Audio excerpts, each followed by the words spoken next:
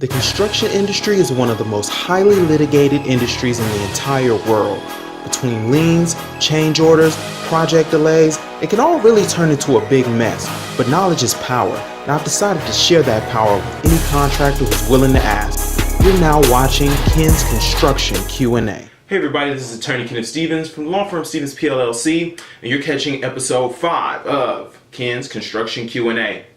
Hope you all are having a pretty good week this week. I'm having a pretty good week, no complaints. Got some important meetings, some different things going on. Had a phenomenal week last week. Wound up closing a case, getting my client a pretty significant amount of money. So that's always a good thing. Got to do some out-of-town travel, the whole nine. Saw some of the engagement on the last video. Saw some of the engagement from the last video rather, and it was pretty good. Same thing with some of the other stuff I'm posting online. It's continuing to look good, continue to get engagement. I really appreciate it.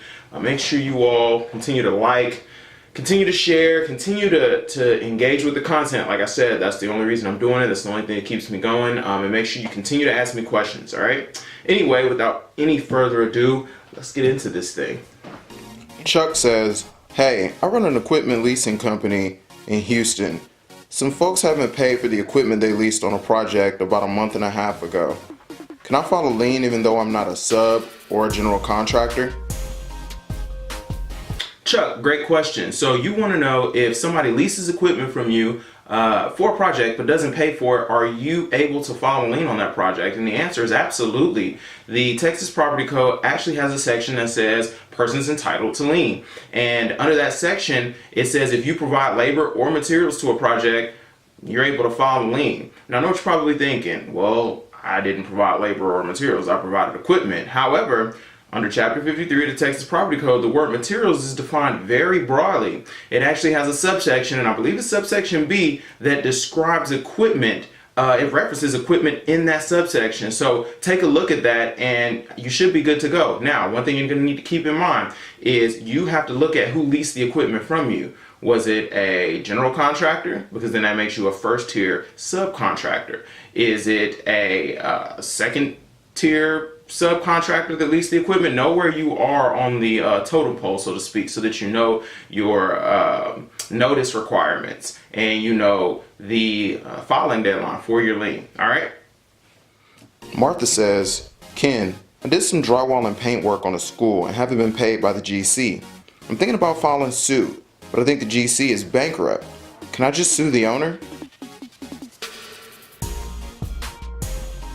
Hey Martha, thanks for the question, and it's a really good question.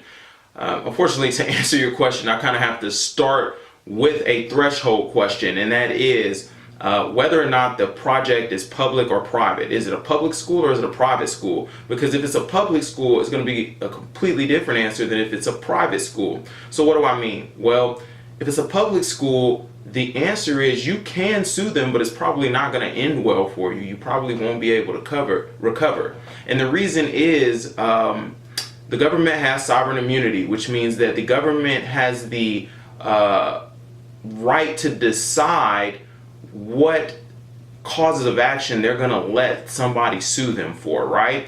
And because you were mentioning the GC, I know that you don't have a contract with that public owner directly. Like you don't have a contract with that ISD or with that school district or whatever. And what that means is that any right to recovery you would have to come from an equitable remedy, such as unjust enrichment or something of that nature. And I just don't believe that the government has waived immunity for those types of suits. Now, they have waived immunity for breach of contract, which means if you've got a contract with the government and they don't pay you, sure, you can sue them.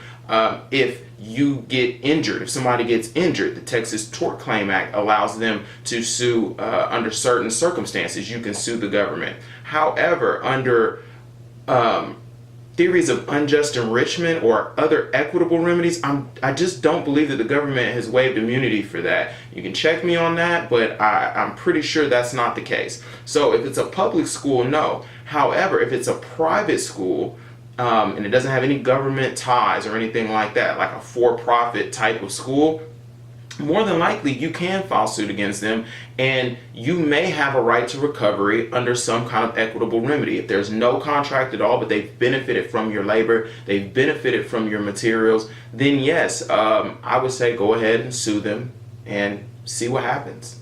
Great question.